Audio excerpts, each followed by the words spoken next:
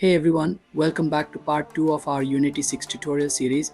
In the last video, we set up our project, explored the Unity editor, and built the foundation for our game. Now we'll make our player move. By the end of this part, your player will be able to walk, jump, and interact with the ground. Let's get started.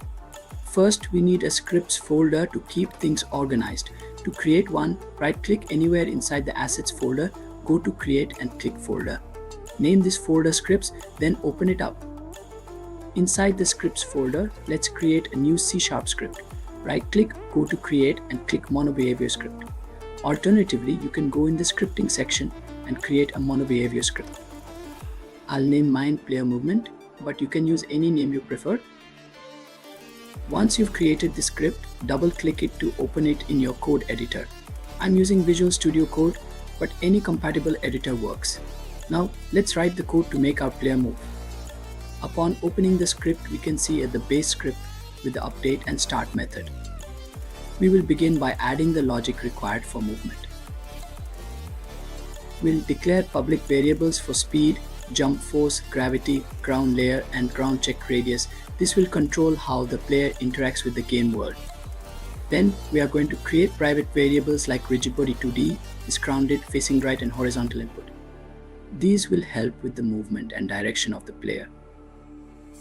Now, within the start method, we'll initialize the private variable that we just created to reference the rigid body 2D component. In the update method, we will implement the logic for player movement based on the physics engine and inputs from the user.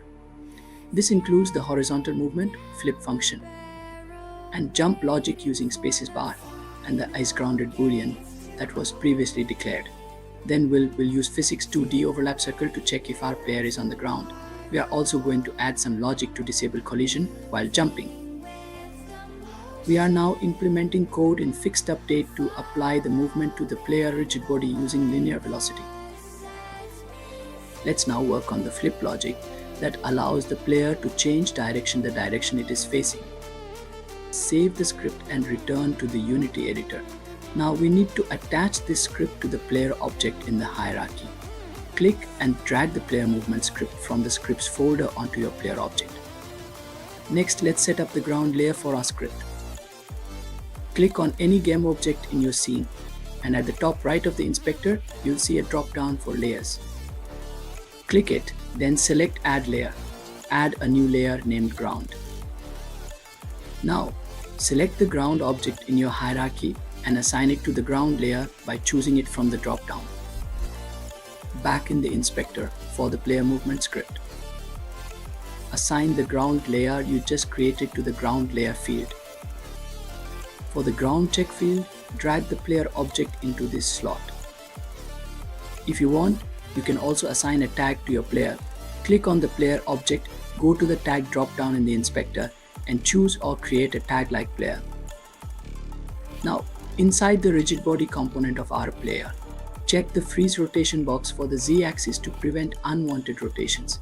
Set the gravity scale to 2.5 for a more natural jump and fall.